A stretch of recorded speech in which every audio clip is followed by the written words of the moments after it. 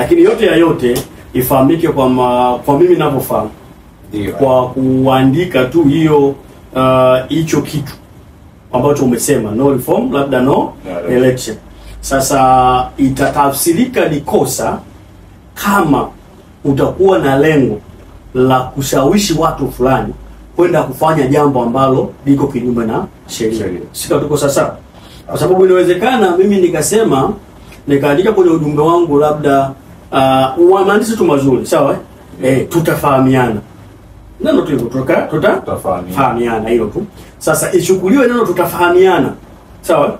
Kuna kundi la watu fulani ambao wako dhidi ya kundi jingine, kauli mbiu yao ndio hiyo tutafahamiana. Sio kama tuko sawa sawa? Sasa kwa kuandika hili neno peke yake ukiliweka hapo, huwezi kusema kama ni kosa. Sawa? Ila namna litakavyotumika linaweza kwa sababu hamna sheria ambayo imesema ukiandika neno hilo ni kosa. Ila namna lilivyotumika linaenda kutumika kwa lengo gani linaweza likafanya liwe kosa. Sawa sawa? Kwa hiyo unaweza kuwa na ujumbe mzuri ambao si kosa, lakini namna unavyoutumia kama unaenda kushawishi watu kutekeleza kosa fulani, hiyo maana yake ni kosa. Na ndio maana kifungu cha 16 kikawa kimeelezea hii sheria, kimeelezea hiyo namna ya kutengeneza kauli au ujumbe ambao sawa sawa malengo yake hasa yanaenda kufanya kosa au kudhalilisha watu fulani, kufanyaje na vitu vingine vinavyofanana na hivyo, kama inaenda kuchochea labda chuki au inaenda kuchochea watu fulani kusababisha fujo kwenye jamii au inaenda kuchochea watu fulani kwenda kufanya jambo ambalo kisheria ni kosa, wewe utaangukia kwenye hilo. Kwa hiyo kwenye swali lako hilo kujibu moja kwa moja kwamba kwa kuandika tu hivyo ni kosa au la ni ngumu sana. Kwa hiyo inategemeana na dhumuni la aliyetengeneza, lakini pia inaenda kufanya jambo gani. Lakini kinyume na hapo itakuwa tu mimi nazungumzia ni porojo za mtaani, sio za kisheria. Na ndio maana huwezi kusema mtu kaandika hivi labda kwenye nukali yake peke yake ni kosa, lakini inawezekana mtu akatumia maneno mazuri zaidi ya kiushawishi nayo pia yakaenda kuleta madhara makubwa, nayo itakuwa ni kosa. Na ndio maana swala la sheria mara nyingi yanaendana na masuala ya tafsiri. Kwa hiyo tafsiri, wewe unatafsiri nini na unaenda, na pia kingine dhumuni lako ni nini, intention yako ni nini.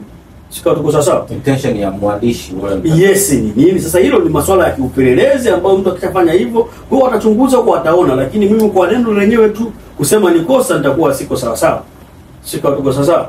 Kwa hiyo inategemeana na dhumuni la huyo mwandishi, pia na msambazaji, dhumuni la msambazaji ujumbe anakusudia nini.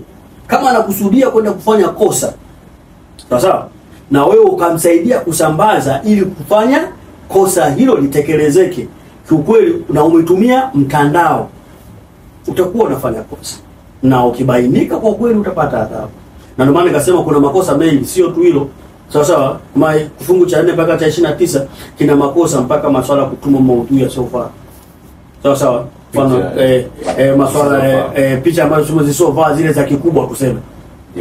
Labda zile ukituma zile hata kama kwenye page yako umeamua kuweka pale wewe mwenyewe picha zako au umejiweka mimi mwenyewe. Ujiweke wewe mwenyewe, umweke mtu mwingine. Sawa, au watu wengine wanafanya hicho kitendo ni kosa. Ukiweka watoto wanaokuhamasisha, hiyo tunasema hayo mambo ya nini hayo ya kitoto ya kiukubwa kwa watoto, na hayo ni kosa. Sawa. Kwa hiyo ukitumia mtandao, sawa, kwa hiyo inakuwa kosa la kimtandao. Ukifanya hivi bila mtandao pia inawezekana ikawa kosa, lakini itatafsirika kosa jingine, sio kosa la kimtandao.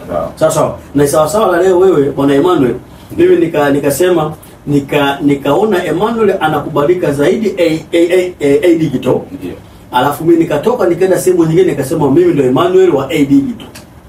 Sawa, na nikapata manufaa kwa kusema hivyo. Wewe ni fulani, mimi ni fulani. Sawa. Kwa hiyo mtu akanipa faida mimi au akanipa mimi biashara au kunipa deal akijua anampa Emmanuel na mimi nimejipresent pale kama Emmanuel, hilo ni kosa kufanya hata kama hivi kawaida. Sawa. Lakini nikijifanyisha kwa kupitia mtandao, labda kuna watu leo wanatengeneza account wanataja majina ya watu wengine mashuhuri. Sawa. Kwa hiyo sasa wale maana yake wanaifanya jamii au watu wanaoshughulika nao kuamini kwamba huyu ni fulani. Sawa? Sasa ukifanya hivyo ni kosa, lakini inabadilika kuwa kosa la kimtandao. Sio kosa sawa? Na adhabu zake ziko pale. Kwa hiyo ninachozungumza hapa kwa ujumla wake, hata hiyo swala la kusema kutengeneza ni kuhamasisha watu kuona kufanya makosa au kuichukia serikali au kuchukia kundi fulani au kupeleka chuki dhidi ya kundi fulani, labda kuna masuala mazima ya genocide, mauaji yale ya kihalaiki. Mfano wewe unaweza kutumia tu watu wako bila kutumia mtandao, ukawa unatengeneza magenge yako ya kuhakikisha kwamba genocide au mauaji ya kihalaiki haya yanaenda kufanyika dhidi ya jamii fulani. Tunapoteza kabisa, labda tunataka waondoe Masai wote sasa, au tunataka waondoe Wangindo wote. Hiyo maana yake ukitafsiri hivyo, au nataka nikaondoe labda jamii fulani, dini fulani, nataka niondoe watu wa labda Waislamu wote nipoteze, au Wakristo wote nipoteze. Hiyo ndio maana yake tafsiri kama genocide. Kwa hiyo ukifanya katika mazingira ya kawaida kama hivi, mimi leo tunazungumza tutumie mtandao mathalan, sasa hilo pia ni kosa sasa. Lakini nikitumia sasa mitandao ya kijamii, kwa maana mtandao kuhamasisha hiki kinachokihamasisha, inabadilika, inakuja kuwa kosa la kimtandao. Swali, je, mtandao umehamasisha kufanya nini? Ndio tafsirika, huyu bwana kautumia mtandao kuhamasisha fujo kwa wananchi, kuhamasisha vurugu au kuvunja amani kwa wananchi, au kuchochea chuki dhidi ya serikali kwa wananchi kwa kutumia nini?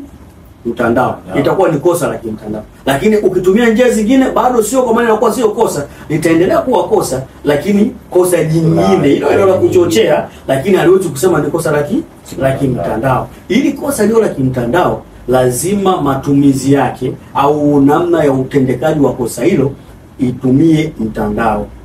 Sikia tuko sawa? Kwa hiyo simu, iwe kompyuta ama kompyuta ya kawaida tunavyojua sisi, tablet, yoyote utakayotumia hiyo.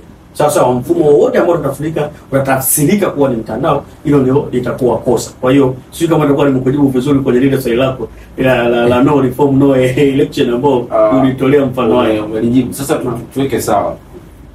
Nikuulize hivi. Wiki iliyopita kuna watu waliibuka kwa wakiwa wanazungumza mambo mengi sana. Walianza na kukosoa mambo ya dini, wanafahamika kama wachokonozi. Walizungumza masuala ya dini hivi kama hamna Mungu, walizungumza sana, lakini baadaye wakaja kuzungumza mambo ya kisiasa, walizungumza sana, na mwisho wa siku jeshi la polisi likaja kuthibitisha kwamba limewakamata kwa kuwa walifanya kosa. Jeshi la polisi lilizungumza kwamba walifanya kosa la kimtandao. Sasa kisheria, labda uliweke wazi, wananchi hawajaelewa, wengine wanajiuliza wamefanya kosa gani au ni kivipi wamefanya kosa. Sasa kisheria ulifafanue sasa kwamba mambo waliokuwa wanayafanya na yamekaaje kisheria na mpaka wamekuja kukamatwa na jeshi la polisi. Swali hilo zuri, lakini ni gumu kwangu. Ugumu wake ni kwamba nikisema nifafanue wao walichokuwa wanafanya ni sahihi au sio sahihi, maana yake mimi natakiwa niwe miongoni mwa watu ambao labda nilikuwa nafuatilia hizo taarifa. Sasa kwa hiyo na kuweza kusema moja kwa moja ni sahihi au sio sahihi, maana yake umeona kile kilichofanyika, umejua kimefanyikaje na umekipima. Sasa mimi niwe tu mkweli, sio miongoni mwa watu ambao wanawafuatilia hao watu. Niwe tu mkweli. Sasa kwa hiyo kama wamekamatwa na jeshi la polisi, alafu wanasema walikuwa wanafanya makosa ya kimtandao, hiyo ni jukumu la jeshi la polisi kuthibitisha kosa gani ambalo lilifanyika. Hilo naweza nikasema, kwa sababu hata wewe ukikamatwa, mimi nikikamatwa, itakuwa ni jukumu la yule mkamataji